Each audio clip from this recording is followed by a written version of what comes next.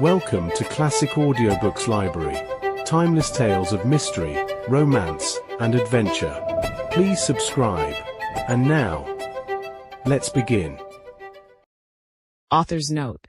The Lamplighter was written by American author Maria Susanna Cummins and first published in 1854. At the time, it was an instant success, second only in popularity to Uncle Tom's Cabin. This sentimental novel follows the emotional and moral growth of a young orphan girl named Gertrude Flint, whose life is transformed by kindness, perseverance, and faith. Set in New England and rich with Victorian values, the story continues to resonate with themes of resilience, redemption, and the quiet strength of virtue. This version of The Lamplighter has been modernized to make the original 1854 story easier to understand, with updated language and smoother narration. The Lamplighter, written by Maria Susanna Cummins, narrated by Jenna Vaughn. Good God, to think upon a child that has no childish days, no careless play, no frolics wild, no words of prayer and praise. Chapter 1: Light and Darkness.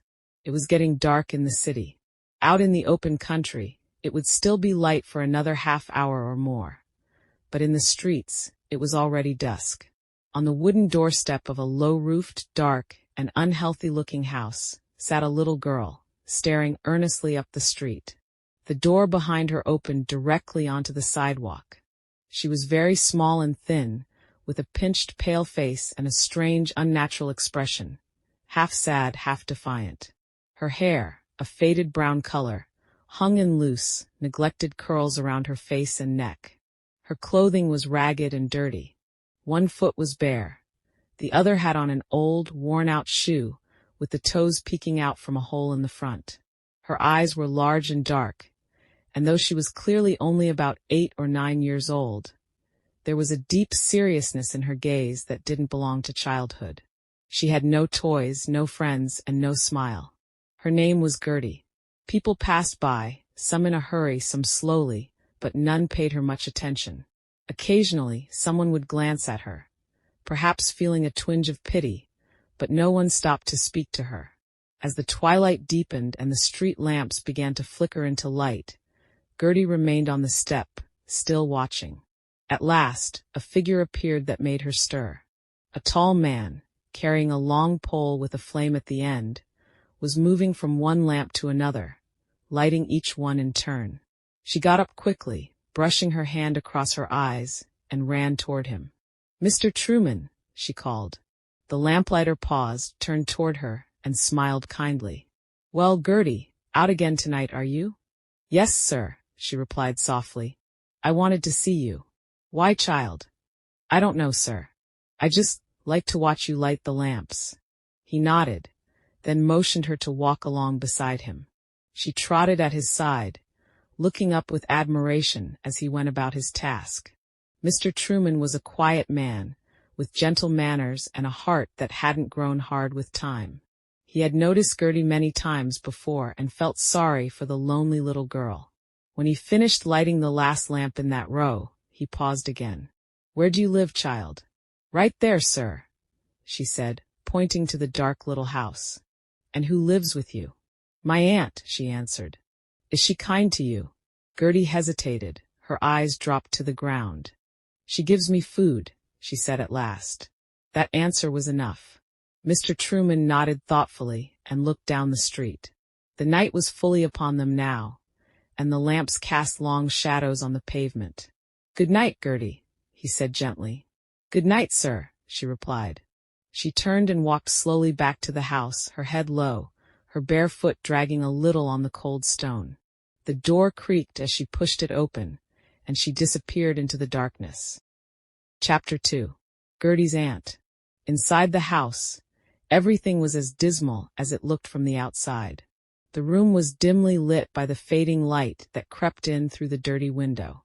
The furniture was old and broken, the floor unswept, and the air thick and musty.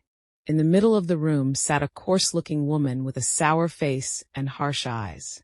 This was Gertie's aunt. She looked up as Gertie entered. "Where have you been, you little brat?" she snapped. "Only outside, Aunt," said Gertie softly. "You've no business lounging out there when there's work to be done," the woman growled. "Did you bring in the wood like I told you?"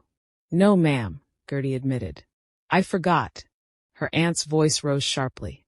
"Forgot, did you? You'll remember next time, or I'll give you something to remember with." She seized a stick that lay by her chair and struck Gertie across the shoulder. Gertie didn't cry out. She didn't even flinch, just lowered her head and went to the corner to get the small bundle of sticks lying by the wall. As she gathered the wood and laid it by the fireplace, she said nothing more. She had learned long ago that words only made things worse. She worked quickly and quietly, trying not to be noticed. Her aunt went back to her mending, muttering under her breath. When the chores were done, Gertie sat on the floor by the hearth. There was no fire, only cold ashes and a few dying coals from earlier in the day. The night grew darker, and the wind rattled the loose window pane. The house creaked, but Gertie did not move. She sat still, thinking about the lamplighter and the warm glow he left behind with each lamp he touched. It was the only beauty in her life. Her aunt looked over at her. "Stop your daydreaming and go to bed." Without a word, Gertie got up and walked to a little back room. There was no bed, just a pile of old blankets on the floor. She lay down, pulling the thinnest one over her, and stared into the dark. She thought of the light outside, the kindness in Mr. Truman's voice, and for just a moment her heart felt a little warmer. Then the cold crept in again. Chapter 3. The Storm. The next morning dawned gray and bitterly cold. A sharp wind swept through the narrow streets, scattering dust and scraps of paper. Clouds hung low overhead, and a dampness clung to everything. Inside the little house, it was colder than ever. The fire had gone out completely during the night, and Gertie woke with her teeth chattering and her limbs stiff from the cold. She crept out from under her thin blanket and stepped into the front room. Her aunt was already up, stirring something in a black pot over the relit fire. She glanced at Gertie without speaking.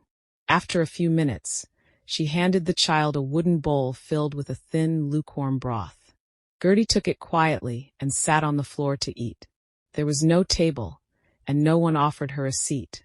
The broth was watery and nearly tasteless, but Gertie drank it gratefully. It was more than some days offered. When she was finished, she set the bowl aside and began sweeping the floor. Her aunt watched her work, occasionally barking out instructions or pointing to missed spots.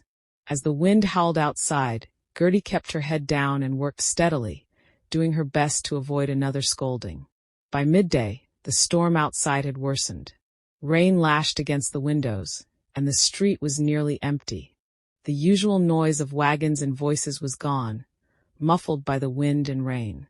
At one point, Gertie stood by the window looking out. The glass was streaked with water, and the world beyond it looked blurry and gray. She thought of Mr. Truman again and wondered if he would come to light the lamps tonight in such weather. "Stop staring," her aunt snapped. "There's still water to bring in." Gertie nodded and grabbed a small tin pail. She stepped outside into the cold rain, pulling her ragged shawl tightly around her shoulders. The icy drops stung her face, but she didn't complain. She walked slowly down the street to the nearest pump, her bare feet splashing in puddles. When she reached the pump, she struggled to lift the handle, which was stiff with rust and cold. After several tries, water began to trickle out, then flow steadily. She filled the pail and started back, the weight of it pulling on her thin arm.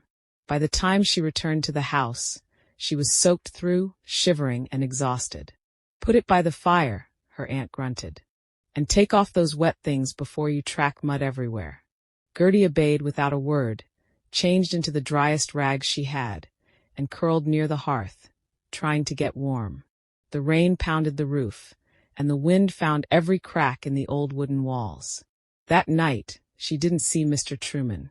The storm was too fierce, and no one lit the lamps. But she thought of him anyway. Chapter 4. A New Face. The storm passed by morning, leaving behind a bright, chilly day. Puddles glistened in the streets, and the air smelled of clean rain and damp earth. Though the sky was clear, the wind still cut through the city like a blade, and Gertie wrapped her shawl tightly around her shoulders as she stepped outside. Her aunt had sent her out early to beg. Gertie hated it, but she had no choice. She wandered slowly through the streets, stopping at doorways, watching people pass, waiting for someone, anyone, to notice her. Hours passed. Some looked away. Some muttered. A few gave her a coin or a crust of bread, but most ignored her altogether. She was used to it, but it still hurt. Near the edge of the city, she saw a woman standing by a gate, speaking gently to a little boy who had dropped his toy in the mud. The woman helped him retrieve it and smiled so kindly that Gertie paused without realizing it. The woman noticed her. "Hello there," she said. "Are you all right?" Gertie hesitated. People didn't usually speak to her like that. She nodded slowly. "Yes, ma'am." "Are you hungry?" the woman asked. Gertie's eyes widened a little. She didn't want to beg, but her stomach answered for her. The woman saw the look. "Wait here," she said, stepping into a nearby house. In a moment, she returned with a small roll and a bit of cheese wrapped in paper. "Here, take this. It's not much, but it might help." Gertie took the food in both hands, her voice barely a whisper. "Thank you. What's your name?" the woman asked kindly. "Gertie. Do you live near here?" "Back in the alley. With my aunt." The woman's eyes softened with concern. "All right, Gertie. You take care of yourself now. And if you're ever nearby again, don't be afraid to knock. My name's Miss Emily." Gertie nodded and clutched the bundle to her chest. She didn't speak again, she couldn't. Her throat felt too tight.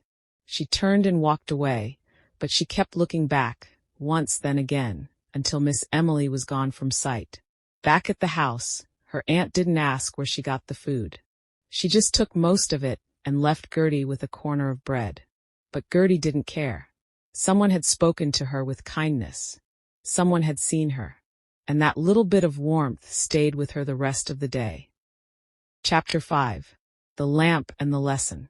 A few evenings later, the wind was calmer, and the lamps glowed again along the quiet streets. Gertie waited on the step outside her house, her eyes scanning the road in the direction Mr. Truman usually came. She hadn't seen him since the storm, and though she didn't expect him to remember her, she hoped he might stop again. At last, the familiar figure appeared. Tall and steady, his lighting pole in hand, his coat buttoned up against the chill. Gertie stood quickly as he approached, her heart fluttering. "Evening, Gertie," he said, pausing with a gentle smile. "Glad to see you again." She returned the smile, shyly. "I missed you when it rained." "Aye, no lamps to light in that storm," he replied. "But tonight's clear enough." He lit the lamp above her doorway, the flame catching and growing into a soft, warm glow. Gertie watched with wonder, as she always did. "Why do you light the lamps, sir?" she asked suddenly. He looked at her with mild surprise, then nodded thoughtfully. "To give light to those walking in the dark, child. Without them, the streets would be cold and dangerous after sunset." She looked up at the lamp, then back at him. "It's nice," she said softly. "It makes things feel safer." He studied her face for a moment. "The world can be hard, Gertie, but even a little light makes a difference." She nodded, not fully understanding, but sensing the truth in his words. He finished with the lamp and lowered his pole. "You're a thoughtful one," he said kindly. "I think you understand more than you know." Gertie's eyes brightened just a little. "I try." He tipped his hat. "Good night, Gertie." "Good night, Mr. Truman."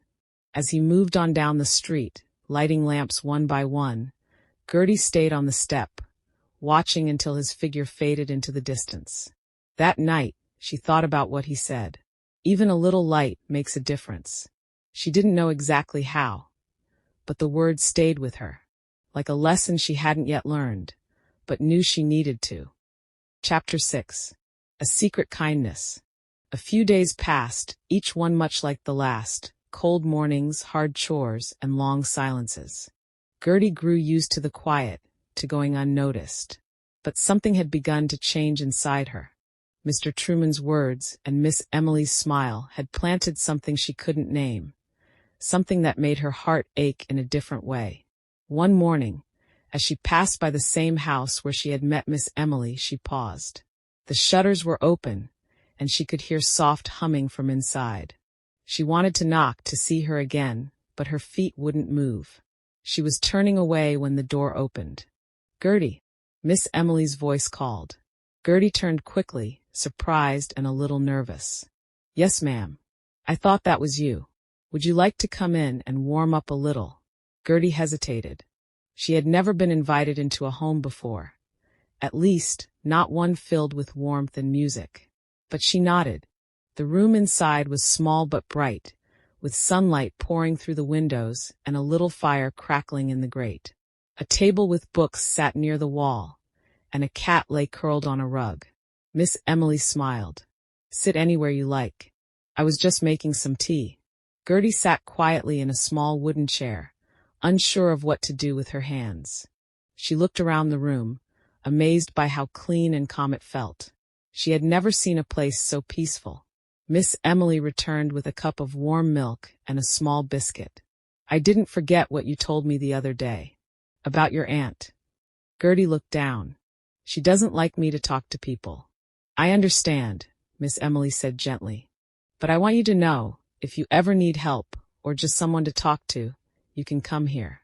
You're always welcome." Gertie didn't know what to say. She wasn't used to kindness that asked for nothing. After a while, she finished the milk and biscuit and quietly stood. "Thank you, ma'am." Miss Emily walked her to the door. "You be careful, Gertie. And remember what I said." "I will," Gertie whispered. She walked away slowly, the warmth of that little room staying with her even after the cold wind found her again. That night, as she lay on her blanket, she thought not only of Mr. Truman's lamps, but of Miss Emily's fire. And for the first time in a long while, she felt the faintest flicker of hope. Chapter 7. A harsh lesson. The next morning brought trouble. Her aunt had noticed that Gertie had been gone longer than usual the day before. She didn't ask questions, she accused. "Where were you off to yesterday?" she demanded, slamming a pot onto the stove. "I was just walking," Gertie said quietly. "Liar!" the woman shouted, turning sharply. "You think I don't know you've been sneaking around, probably begging favors off strangers." Gertie flinched. "I wasn't begging, You were gone too long," her aunt snapped, cutting her off. "And you came back with color in your cheeks. That means you've been somewhere you shouldn't." She grabbed Gertie roughly by the arm. "You think you're too good for this house now? Getting handouts from people who don't know any better." Gertie tried to twist away, but the woman shook her hard. "Next time you leave this house without my say-so, you won't come back through the door, you hear me?" Gertie nodded, blinking back tears. Her voice was too choked to speak. That day passed in a miserable blur. Her aunt found chores to keep her hands raw. Scrubbing the floor, carrying buckets of water, gathering scraps from the market gutter. Gertie said nothing. She moved through the day with her head down and her mouth closed. The memory of Miss Emily's kindness locked away like a secret treasure. That evening, as the lamps flickered to life, she saw Mr. Truman again. He lit the lamp above her step, then paused. "You all right, Gertie?" She hesitated, then nodded slowly. "Yes, sir. I'm fine." He looked at her with quiet understanding. "Sometimes it's enough to keep going." She managed the smallest smile. "That's what I try to do." He nodded, touched his cap, and moved on. That night, her body ached and her heart felt heavier than ever. But the light still burned above the door. And in her memory, Miss Emily's voice still said, "You're always welcome." Chapter 8. An unexpected visitor. Several days passed. The air grew colder, and Gertie's aunt became harsher with each morning. Still, Gertie bore it quietly. She worked without complaint, accepted her crusts of bread without question, and kept her secret visits to Miss Emily locked deep inside. One afternoon, as she was returning from the market with a small sack of potatoes, she noticed someone waiting outside her house. It was Miss Emily. Gertie froze. Her heart thudded. She glanced around, terrified her aunt might be nearby. But Miss Emily smiled warmly and stepped toward her. "Hello again, Gertie," she said softly. "What are you doing here?" Gertie whispered, eyes wide with worry. "I asked around. I wanted to find where you lived. You shouldn't have come. My aunt." Before she could finish, the door creaked open. Her aunt stood in the doorway, scowling. "What's this?" she barked. "Who's bothering you now?" Miss Emily stepped forward calmly. "I'm not here to cause trouble. I just came to see the girl and bring her something warm to wear. She looked chilled the other day." Her aunt crossed her arms. "We don't need charity." "It's not charity. It's kindness," Miss Emily replied firmly. "And it costs you nothing to accept it." There was a pause. The older woman stared her down, but Miss Emily didn't flinch. At last, the aunt sneered and stepped back. "Suit yourself." She turned and disappeared into the house. Miss Emily handed Gertie a soft wool shawl and a small paper bag. Inside was a piece of cake and a bright red apple. Gertie's fingers trembled as she took it. "Thank you," she whispered. "You're welcome, Gertie. And remember, if things ever get too hard, you come to me. No matter what." Gertie nodded. Her throat was tight, but something in her chest felt stronger. After Miss Emily left, her aunt said nothing. She simply slammed the door and lit no fire that night. But Gertie didn't feel cold. Wrapped in the shawl, with the taste of cake still sweet on her tongue, she sat near the window and watched the lamplight flicker above the street, like a little star that refused to go out. Chapter 9. The Door That Stays Open. Gertie didn't visit Miss Emily's house the next day, or the one after that. Her aunt was watching her more closely than ever. But the small acts of kindness she'd already received were enough to brighten her thoughts, even in the coldest moments. By the end of the week, her aunt left early in the morning to run errands, slamming the door behind her and barking, "Don't move from this house while I'm gone." But Gertie didn't listen.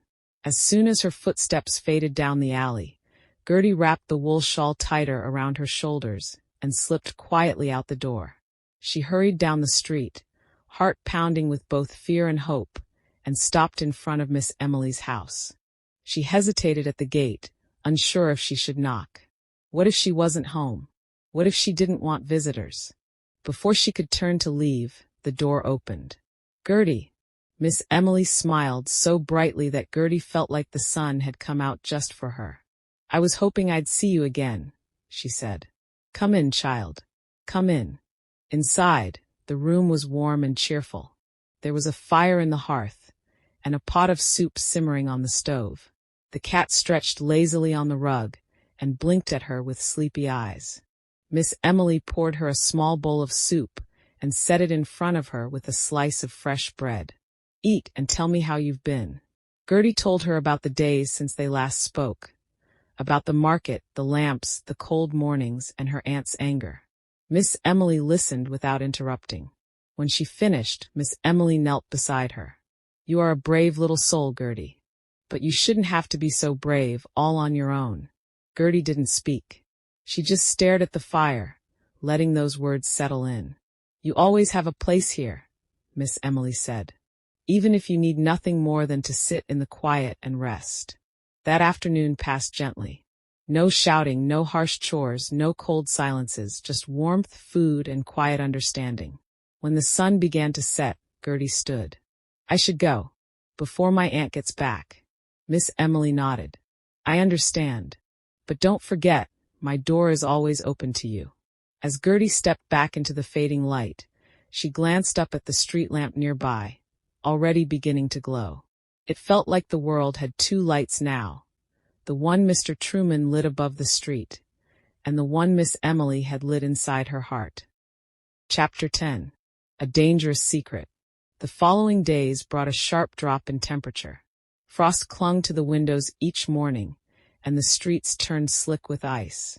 Gertie's hands were red and cracked from the cold, and her thin shoes offered little protection. But the warmth from Miss Emily's visits remained with her, and so did the secret, one that made her feel stronger and a little more hopeful. She knew she had to be careful. If her aunt found out she had gone again, there would be punishment. Still, Gertie returned when she could. Not every day and never for long, but just enough. One day, her aunt came home early. Gertie had just returned from Miss Emily's with a small roll tucked into her coat when she heard the door slam and heavy footsteps stomp across the room. "Where have you been?" her aunt barked. Gertie froze. Her mouth went dry. "I went out, just to get some air." Her aunt narrowed her eyes. "Air, is it? And what's that in your coat?" Gertie clutched the front of her coat tightly, but the woman lunged forward, grabbed her by the arm, and yanked the roll out with one rough hand. "Where did this come from?" she hissed. "Who's been feeding you behind my back?" "No one," Gertie whispered. "Don't lie to me," her aunt shouted. "You've been sneaking off, haven't you? Taking food from strangers like some stray dog." She raised her hand and struck Gertie across the cheek. Gertie stumbled backward but didn't cry. She simply held her breath and waited for it to be over. Her aunt pointed toward the door. "You leave this house again without permission, and you won't be coming back. You'll sleep in the gutter, do you hear me?" Gertie nodded slowly. She didn't speak. Her cheek burned, and her heart pounded in her ears. That night, she sat by the cold hearth in silence, staring at the floor. The little roll was gone. The warmth she carried home with her had been taken. But not all of it, because even now, in the back of her mind, she could still hear Miss Emily's voice, calm, steady, unshaken. "You always have a place here." And Gertie held on to that, with everything she had. Chapter 11. The Spark That Stayed. The next few days were harder than usual. Her aunt barely spoke to her, and when she did, it was only to give orders or bark insults. Gertie kept her head down and moved through the hours like a shadow, silent, unnoticed, fading along the edges of the room. She didn't dare visit Miss Emily again. But even so, she thought about her every day. She remembered the way her house smelled like tea and firewood, the softness of the shawl she'd been given, the calm way Miss Emily had looked at her, like she was worth listening to, worth seeing. No one else had ever looked at her like that. One evening, as Mr. Truman came around the corner lighting lamps, Gertie stepped outside and waited at the edge of the step. When he reached her, he smiled. "Still watching the light go up, are you?" "Yes, sir." He lit the lamp with a practiced motion, the little flame blooming against the glass. "Funny thing about these lamps," he said. "They look so small, but when the streets are dark, even one of them can show the way." Gertie looked up at him. "Do you ever get tired of lighting them?" Mr. Truman chuckled. "Never. Some nights it's the best thing I do all day. Even if no one says thank you." He looked at her thoughtfully. "The light's not for thanks. It's for those walking behind. Even if they never know who lit the way, they'll still find their path." She nodded slowly, holding on to his words like a spark in the dark. "Do you think people can be like lamps?" she asked. "Like, even if they're small, they can still help someone see?" He smiled at her, gently, proudly. "Yes, Gertie. I think people can be exactly like that." She didn't know what else to say, so she simply whispered, "Good night, Mr. Truman." "Good night, little lamp," he said. And when he moved on to the next post, she stood there for a while, beneath the soft glow of the light he'd left behind. Chapter 12. A Winter Decision. The weather turned bitter. Frost painted the windows white each morning, and the cold seeped in through every crack in the walls. Gertie's hands were red and raw. Her breath came out in clouds as she worked through the chores each day. Miss Emily's shawl was the only thing that kept the cold from sinking into her bones. She wrapped it tight around her shoulders whenever her aunt wasn't looking. It was her secret armor, soft, warm, and full of memory. But one morning, her aunt noticed. "Where did you get that?" she snapped, grabbing the fabric roughly. Gertie's heart raced. It was given to me." "By who?" "I don't know her name," Gertie lied. Her aunt scowled, then shoved the shawl off her shoulders and threw it across the room. "You don't need gifts. You need discipline. That's what no one gives you." Gertie said nothing. She simply picked the shawl up once the woman had turned away, folded it carefully, and tucked it under her thin blanket in the back room. That night, As the wind howled and the walls groaned, she couldn't sleep. She thought about Mr. Truman lighting his lamps, one by one, no matter the weather. She thought about Miss Emily's words, her open door, and the quiet courage that seemed to grow inside her each time someone saw her as more than just a burden. Something was changing inside Gertie. Slowly, yes, but deeply. She didn't want to live her life in silence, in fear, in cold corners. She didn't want to be invisible anymore. She didn't know what would happen next or where she might go. But as she lay there beneath her blanket, listening to the wind beat against the glass, one thought settled into her mind like a decision. When the time comes, I will leave, not in anger, not in rebellion, but because light, once seen, cannot be forgotten. And she had seen the light. Chapter 13. The letter. A week passed. Each day the cold sharpened. The city streets were lined with gray snow, and breath hung in the air like mist. Gertie's aunt grew more bitter with the weather, snapping at everything, blaming the frost for the ache in her bones and the silence in their home. But Gertie wasn't listening anymore. Her thoughts were elsewhere, on Mr. Truman's lamps, on Miss Emily's voice, on the warmth of her little room and the gentleness she'd only recently discovered could exist in people. She knew she couldn't leave without a plan.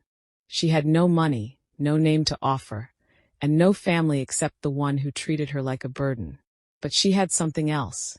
One evening, after her aunt had gone to visit a neighbor, Gertie found a stub of pencil and a torn scrap of paper tucked inside an old drawer.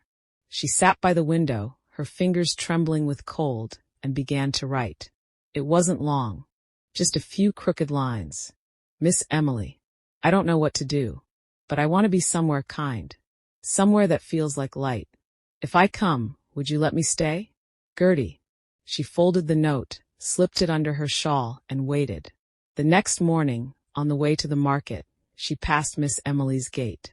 Her heart pounded in her chest as she paused, looked around, and dropped the folded paper just inside the gate, where she knew Miss Emily would find it. Then she hurried on. That night, she didn't sleep. She imagined the note in Miss Emily's hands.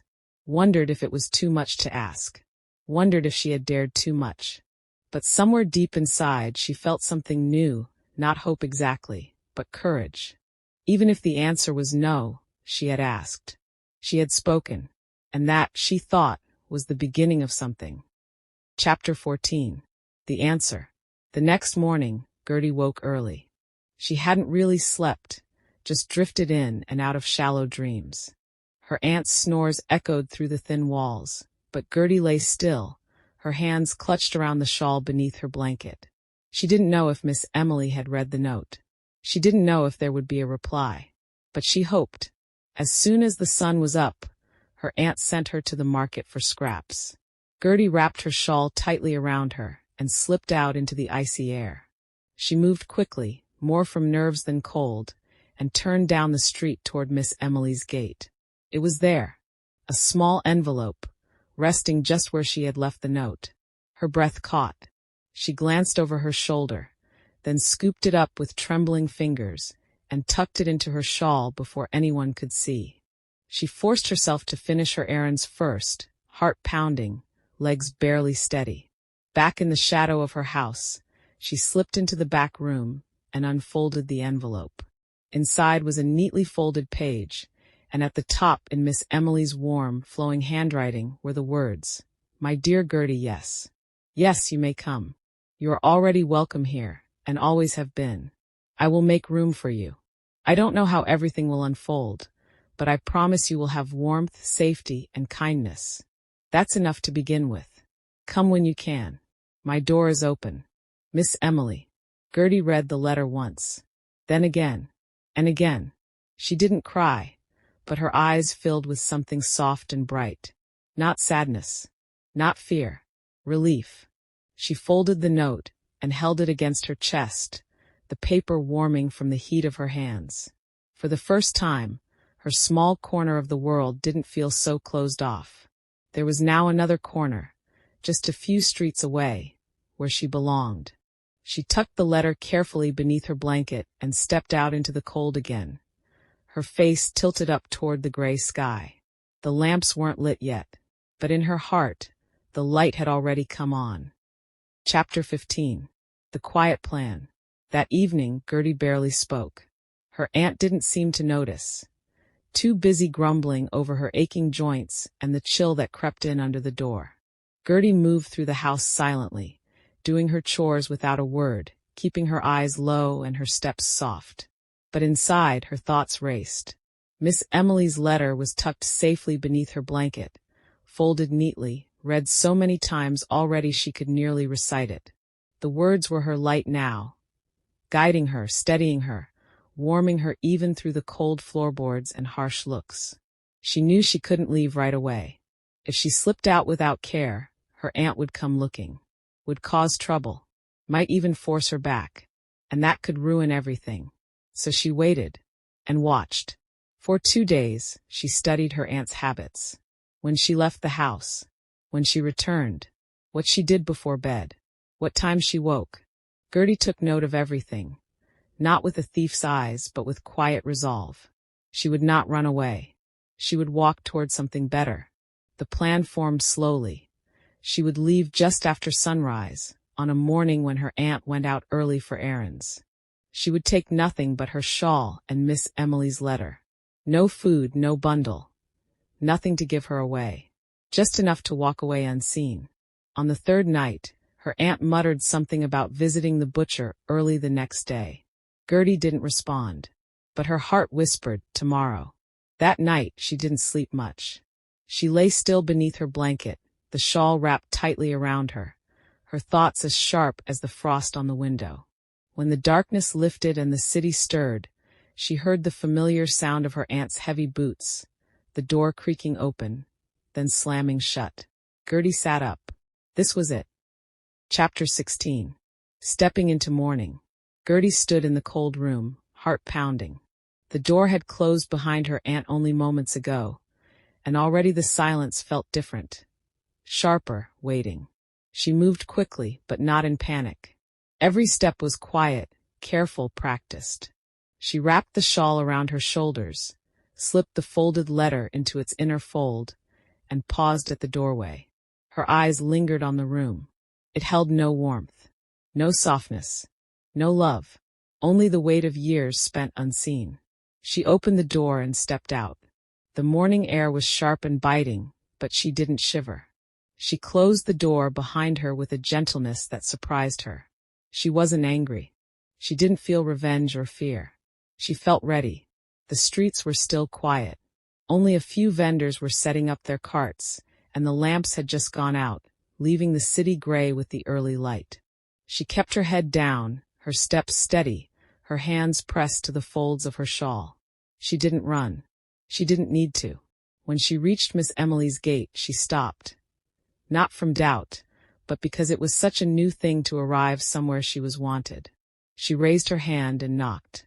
The door opened almost immediately. Miss Emily was already dressed, as though she had known this would be the morning. Her face softened with relief and welcome. Gertie. The child didn't speak. She simply stepped forward, and Miss Emily opened her arms. There were no grand words, no questions, no noise. Just the quiet warmth of someone choosing her without condition. Inside the house, the fire was already lit. The cat meowed softly from the rug. The world outside was still gray and cold, but it stayed outside. Gertie had stepped into morning, and this time, the light stayed with her. Chapter 17. A place of her own. The days that followed passed like nothing Gertie had ever known. Each morning, sunlight streamed through clean windows. She woke to warmth, not just from the little fire Miss Emily kept glowing in the hearth, but from the kindness that filled every corner of the house. There were no shouts, no sharp commands, no fear, only care. Miss Emily didn't treat her like a guest or a burden. She gave her small responsibilities, setting the table, feeding the cat, folding the shawls, but they never felt like punishment. They felt like belonging. And when the chores were done, there were books. Gertie had never learned to read. Her aunt said it was a waste of time. But Miss Emily sat beside her each day and traced letters with her finger on a slate, sounding out words gently, patiently. Gertie struggled at first, but the letters slowly started to make sense, like lanterns turning on in the dark. "You're learning fast," Miss Emily said one afternoon, smiling as Gertie sounded out the word hope on her own. Gertie's cheeks flushed. She looked down, but the smile lingered. They walked together through the market now, too. People who had once passed Gertie by now smiled politely, seeing her with Miss Emily's hand on her shoulder. She didn't look like the ragged, silent girl from the alley anymore. She looked like someone who mattered, and for the first time she believed it. One evening, as the lamps flickered to life down the street, Gertie stood by the window watching. Mr. Truman passed by and caught her eye. He gave a small wave, and Gertie waved back with a quiet grin. "You know him?" Miss Emily asked, stepping beside her. "He used to talk to me when no one else did," Gertie said. "He lights the lamps." "Yes," Miss Emily replied. "But you carry your own light now." Gertie didn't answer, but her heart swelled, because she knew it was true. Chapter 18. The Name in the Book. Miss Emily had a small wooden desk in the corner of the sitting room. On top of it sat a stack of notebooks, each one neatly labeled and carefully kept. One afternoon, while the fire crackled low and the rain tapped gently at the windows, she opened one and called Gertie over. "I'd like to write your name in here," she said. Gertie looked puzzled. "Why?" Miss Emily smiled. "Because this is where I keep record of the children I've helped. Those who've come through this house. Some stayed only a few nights, some longer, and some became family." Gertie was quiet for a moment. "Do I count as one of them?" "You do now," said Miss Emily, gently writing Gertie May in a graceful hand near the top of a clean page. "You are part of this home." Gertie stared at the letters, her name, real and steady on the page. It looked more permanent than she'd ever felt in her life. Not scratched into a wall, not whispered in fear, written down like it belonged there. She touched the edge of the page with her fingers. "Thank you." Miss Emily closed the book and smoothed her hand over the cover. "No matter what happens, Gertie, this will stay. You'll always have a place here. And not just in this house. In my life." The moment held something sacred. Gertie didn't know how to explain the way it felt. To be seen, to be counted, to be claimed. But she carried that feeling with her as the day wore on. It warmed her deeper than the fire. It softened her steps. It made her want to try harder, to learn more, to become someone worthy of the name written there. That night, as she lay beneath the shawl, listening to the quiet patter of rain, she whispered the letters of her name to herself. Over and over. Not to remember it, but to believe it. Chapter 19. Lessons and Letters. Every day at Miss Emily's became a lesson. Not just in reading or writing, though Gertie practiced both, slowly shaping her letters and carefully sounding out each word. But there were other lessons too. How to sew a straight hem, how to measure ingredients for baking, how to speak with confidence and kindness in her voice. Miss Emily never hurried her. She never compared her. She simply encouraged. "One step at a time, Gertie," she would say. "Learning is a kind of light. It spreads slowly, but once it touches something, it stays." One afternoon, while practicing writing at the table, Gertie looked up and asked, "Can I write a letter?" "Of course," Miss Emily said. "To whom?" "I'm not sure," Gertie answered. "I just want to try writing to someone. Maybe to the girl I used to be." Miss Emily didn't blink at that. She simply nodded and brought over a fresh sheet of paper. Gertie held the pencil carefully and began. "Dear Gertie, I know you are cold and scared and lonely. But you won't always be. One day you will have warm bread and soft firelight, and someone who waits for you to come home. You will learn your letters. You will wear a shawl that belongs to you. You will not always be small in the world. So please keep going. Keep watching for the lamps. Love, Gertie." She sat back and read it through once, then looked up at Miss Emily. Miss Emily's eyes were damp, but her voice was steady. "That is one of the bravest things I've ever read." Gertie didn't know what to say, but her heart felt full and still and strong. The letter stayed folded in her apron pocket for weeks. A reminder. That light, once lit, can be passed backward too. Chapter 20. A Shadow Returns. It was a Sunday afternoon, quiet, mild, with golden light spilling through the curtains, when the knock came at the door. Miss Emily looked up from her mending. Gertie, sitting nearby with a book in her lap, felt her breath catch. There weren't many visitors. Miss Emily opened the door. Standing on the step, wrapped in a heavy wool cloak, was Gertie's aunt. The woman's eyes swept past Miss Emily and landed on Gertie. Her expression was not angry, but it wasn't warm either. It was tired, weathered, harsh as ever, but with a trace of hesitation. "I came to see the girl," she said flatly. Miss Emily didn't move. "She's safe here. What is it you want?"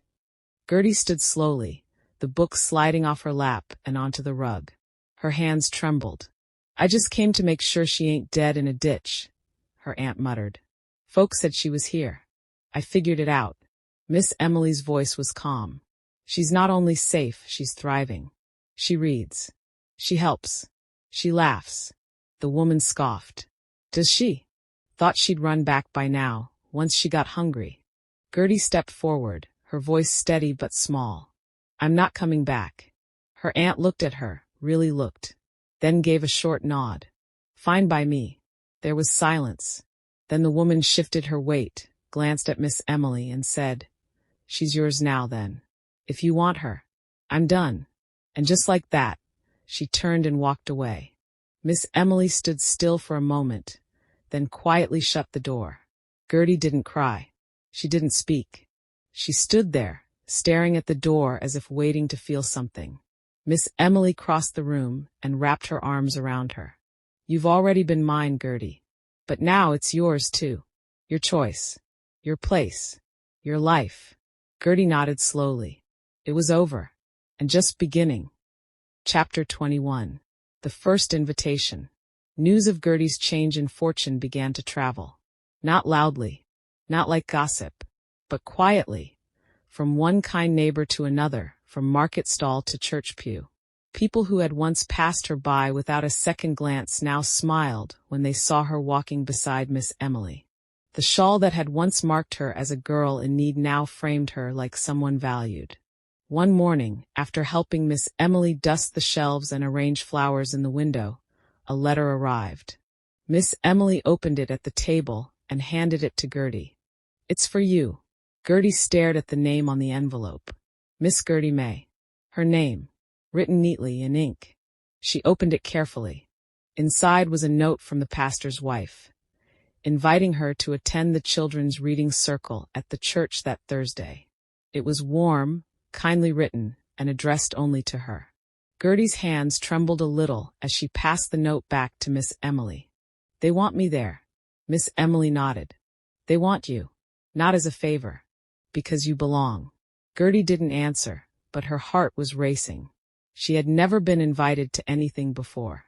Not a party. Not a gathering. Not even to sit with others. The thought of being among other children made her nervous, but excited too. On Thursday afternoon, she dressed neatly in her cleanest dress, the shawl folded carefully around her shoulders. Miss Emily walked her to the church doors, then gave her hand a gentle squeeze. "You'll be fine," she said. "You shine more than you think."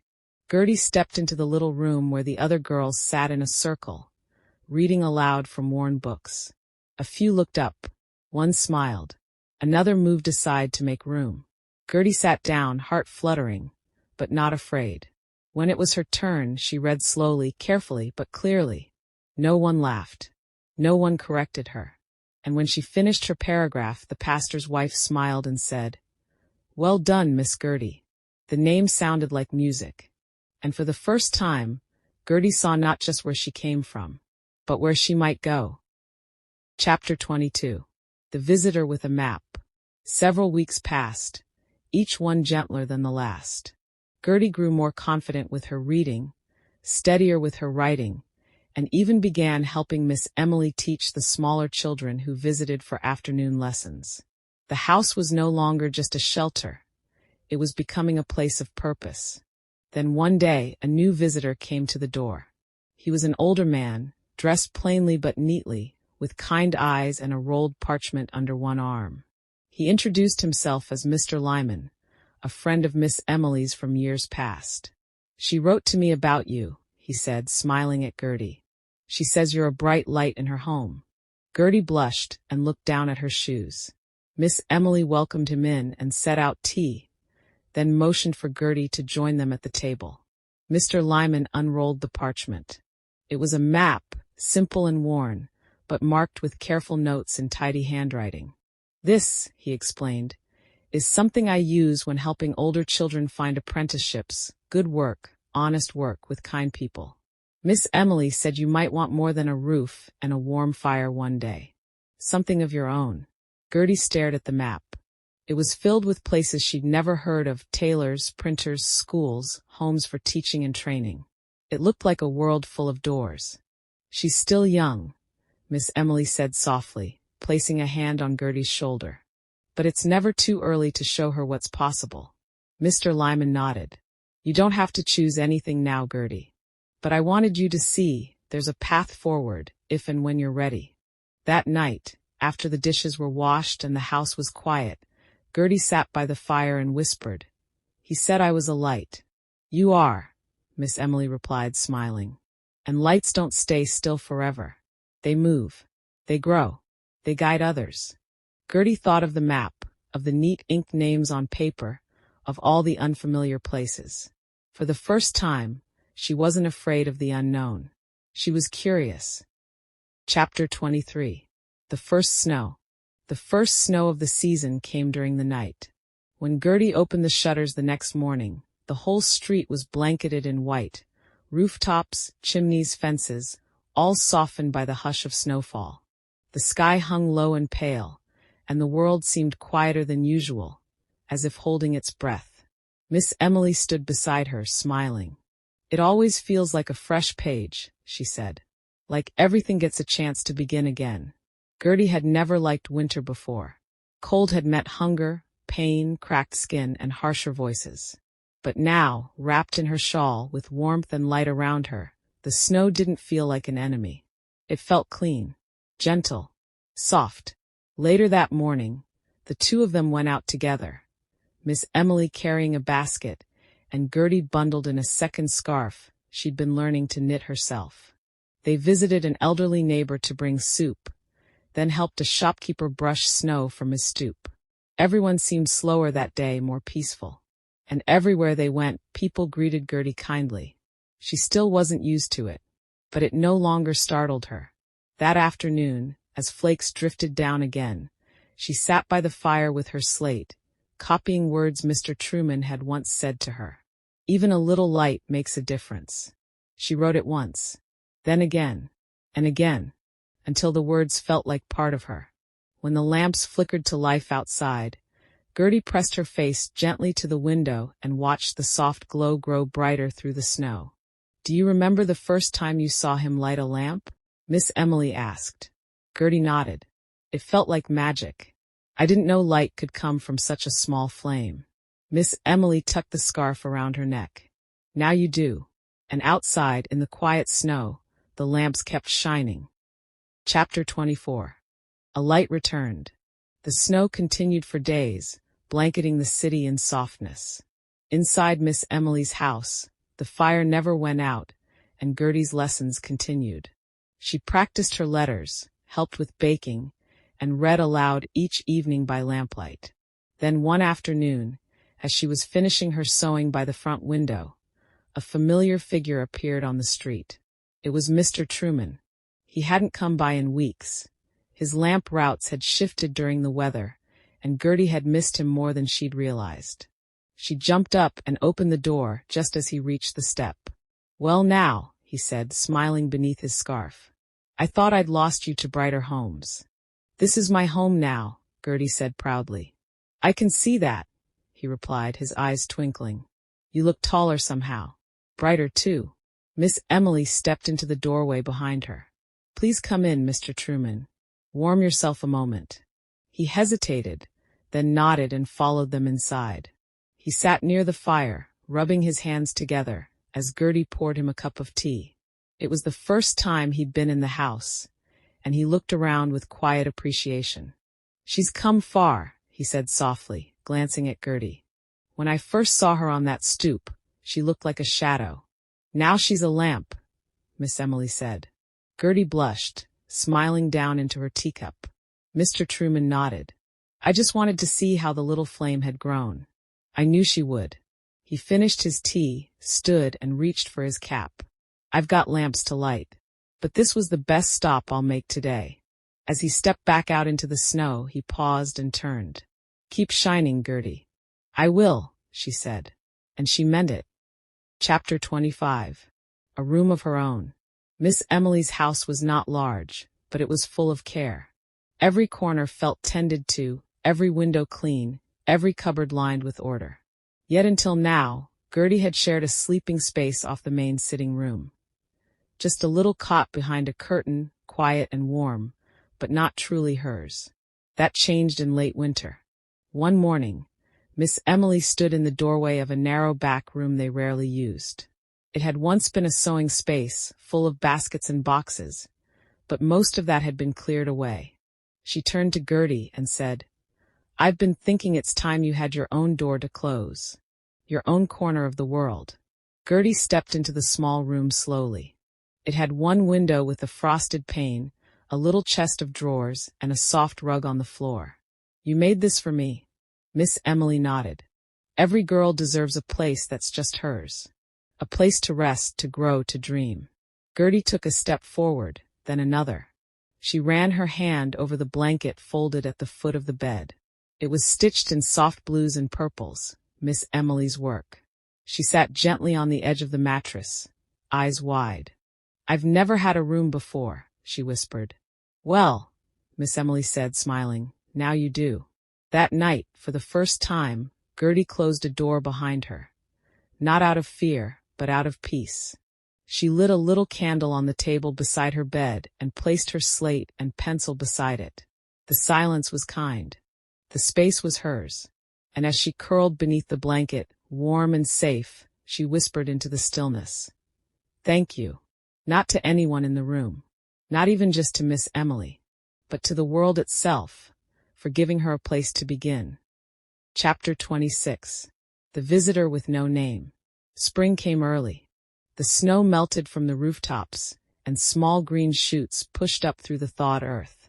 Gertie began spending more time outside, running errands for Miss Emily, reading on the steps, helping neighbors sweep away the winter dust from stoops and paths. One afternoon, while returning from the bakery with a wrapped loaf under her arm, she noticed a girl sitting on the edge of the sidewalk, knees drawn up to her chest. The girl was thin. Dirt smudged her face. Her shoes didn't match. And though people walked past her, no one stopped. It was like looking into a mirror from a year ago. Gertie paused. She glanced down the street toward home, then looked back at the girl. She stepped forward slowly.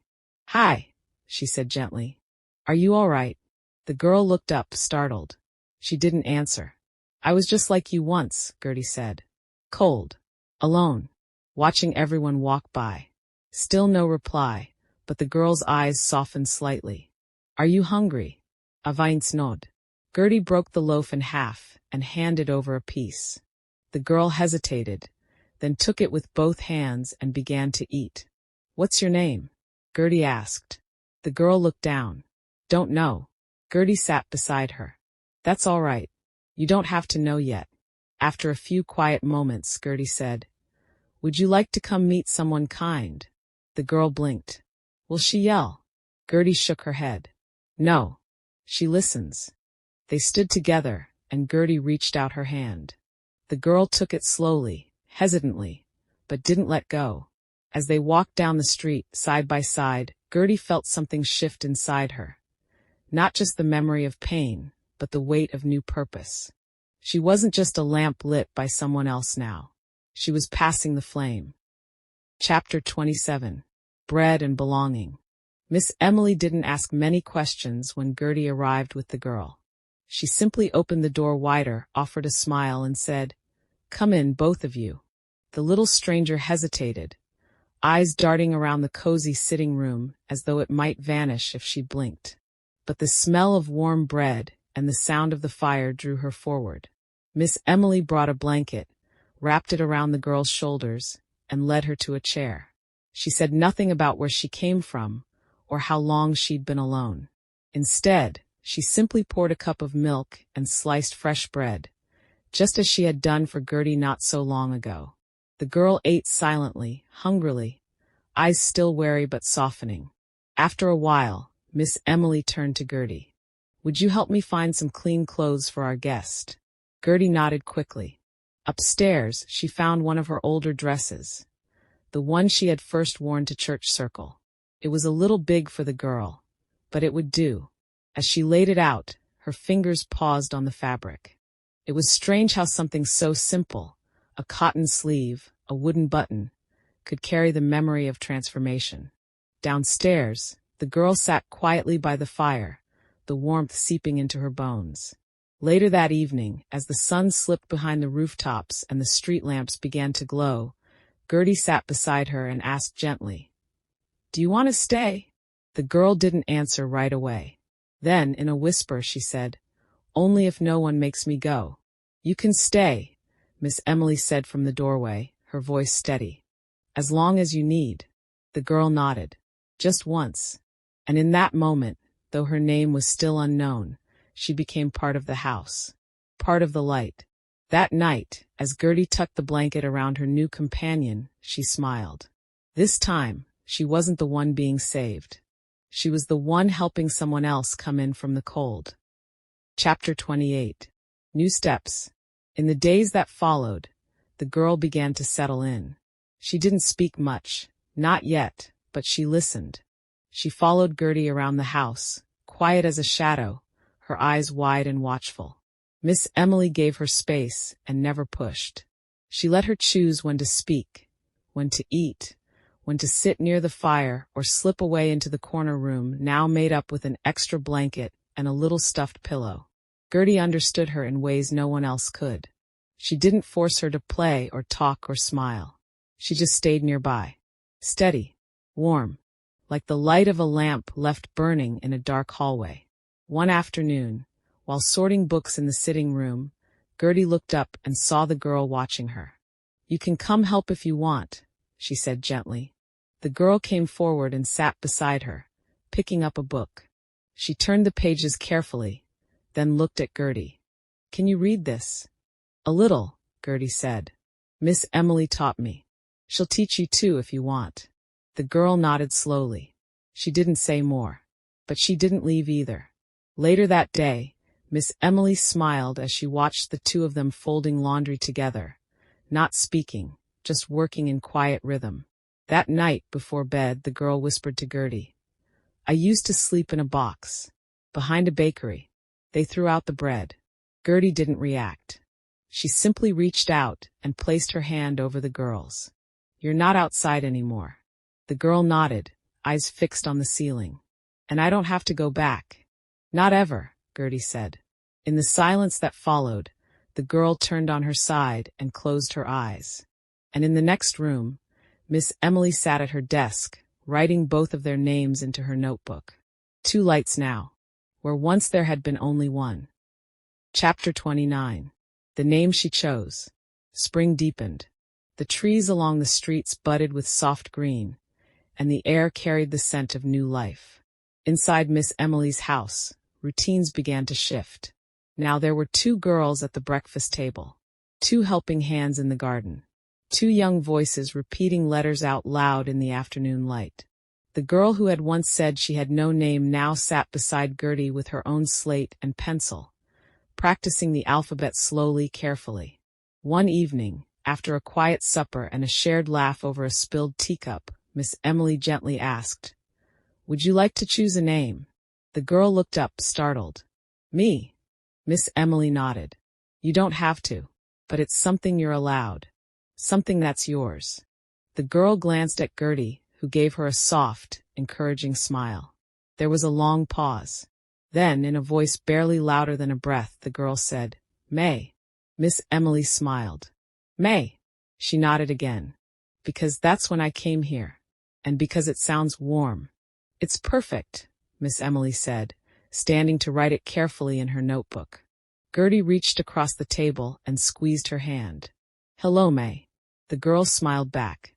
Not a big smile, but real. That night, Gertie and May sat at the window watching the lamps flicker to life along the street. Mr. Truman passed by, lighting each one with his steady rhythm. Do you think he knows? May asked quietly. That he's the reason you're here. And now I'm here too. I don't know, Gertie said. But I think maybe that's how light works. It spreads, even when no one sees the beginning. And outside, under the early stars, the lamps kept burning.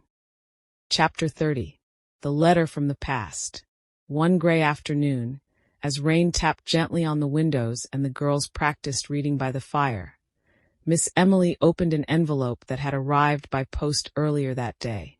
She read it once, then sat quietly for a moment before folding it again. She looked over at Gertie. There's someone asking about you. Gertie straightened. Me? Miss Emily nodded. It's from a woman who once worked near your old home. She heard about the change in your life through someone in the market. She says she's glad to hear you're safe, and she wanted to send something she found months ago. From the envelope, Miss Emily took a folded sheet of paper, yellowed at the edges. It's a drawing, she said. One you must have dropped. She handed it to Gertie. It was a picture, drawn in childish pencil strokes, of a girl standing beneath a lit lamp. The figure was tiny, surrounded by empty space, but above her was a single flame, glowing. Gertie stared at it. I remember, she said softly. I drew this when I didn't know what would happen.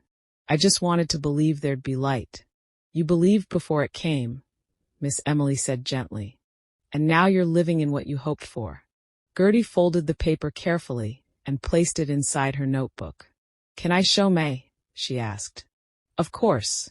Later that evening, she and May sat in their shared room. Gertie showed her the picture, and May traced the little lamp with her finger. I wish I'd drawn something like this when I was outside, she said. Maybe it would have helped me believe. You don't need to draw it now, Gertie said. You're living it too. They smiled, tucked the drawing beneath the pillow, and curled beneath their blankets as the lamps outside glowed steadily through the rain. Chapter 31. A Place at the Table. Sunday afternoons at Miss Emily's were quiet and sacred, not just because of church or rest, but because she always prepared a special meal, a simple table with care and warmth in every detail. That week, as the scent of baking bread filled the house and the girls polished silverware with small cloths, Miss Emily paused and said, We'll have one more joining us today. Who? Gertie asked. An old friend, she replied. Someone who used to sit at this table when she was your age. When the doorbell rang, Gertie and May stood near the fireplace, uncertain. Miss Emily opened the door to reveal a woman with kind eyes and gray at her temples. She carried a wrapped bundle in one hand and a familiar light in her expression. This is Clara, Miss Emily said. She lived here before either of you. Now she teaches reading at the school down the road. Clara smiled warmly. I've heard about you both, and I've brought something to share. She unwrapped the bundle to reveal a still warm pie. May's eyes widened. Did you make that? I did. With a recipe Miss Emily taught me when I was just your size. They all sat around the table, the fire crackling nearby, the rain still whispering at the window. The girls listened as Clara told stories of her time in the house. How Miss Emily had helped her find work, how she'd learned to read and later to teach, how she had once sat right in Gertie's chair, wondering who she might become. You were like us, Gertie said softly. Clara nodded. Exactly like you. That evening, after the dishes were done and Clara had gone, May whispered, Do you think we'll be like her someday? Gertie smiled. I think we're already becoming. Outside, the lamps glowed through the mist, and inside the table stood, steady, warm, ready. Chapter 32. The Day She Didn't Notice. It was nearly summer now. The windows stayed open most afternoons, letting in soft breezes and the scent of blooming things. Gertie and May had found a rhythm, Chores, lessons, laughter. The house had grown brighter, not from the sun alone, but from what it held inside. One morning, Gertie stood at the sink, rinsing a dish, when she paused. There was a moment of stillness. She looked toward the window, then toward the small round clock on the mantel. And then she smiled. "What is it?" May asked, watching her from the table. "It's the first day I forgot." "Forgot what?" "To think about the old house, about the cold, about my aunt. I used to count how many days I'd gone without thinking about it. But today, I just lived." May was quiet. Then she said softly, "That's a good thing, right?" Gertie nodded. "It's the best thing." Miss Emily, who had been listening from the next room, stepped in and gently placed her hand on Gertie's shoulder. "That means your heart is full of new things now," she said. "Not just surviving, but growing." Gertie stood tall, taller than she remembered ever standing. Stronger, steadier.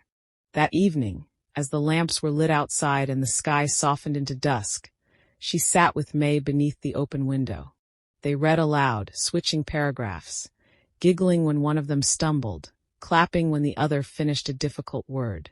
And not once, not even for a second, did the past pull her back. Her story had turned a page, and she didn't need to look behind her anymore to remember how far she'd come. Chapter 33. The Lamplighter's Legacy. Summer evenings came slowly, stretching long shadows across the cobbled streets. The days were warmer, brighter, and so was Gertie. She had grown in ways she couldn't have imagined. Taller, yes, but deeper too. Her voice held more confidence, her steps more purpose. She no longer moved like someone trying not to be seen. She moved like someone who belonged. One evening, just before sunset, Mr. Truman knocked on the door. He was older now. The lines in his face a little deeper, his movements slower. But the same steady kindness still shone in his eyes. "I've come to say goodbye," he said, tipping his cap. "Goodbye?" Miss Emily asked gently. He nodded. "I'm retiring. No more lamp routes for me."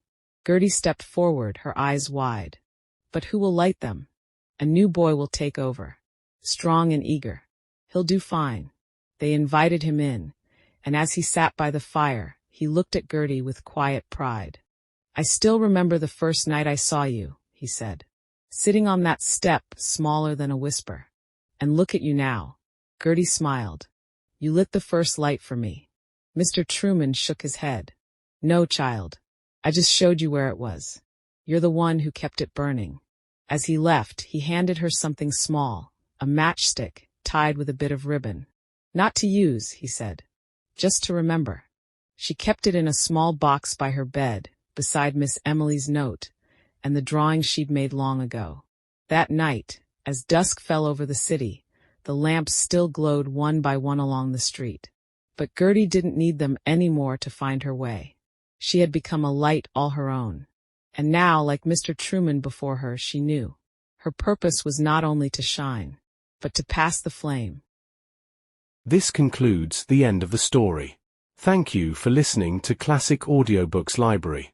To hear more free stories like this, be sure to subscribe and turn on notifications. We hope you'll join us again for more timeless stories and original works. Until next time.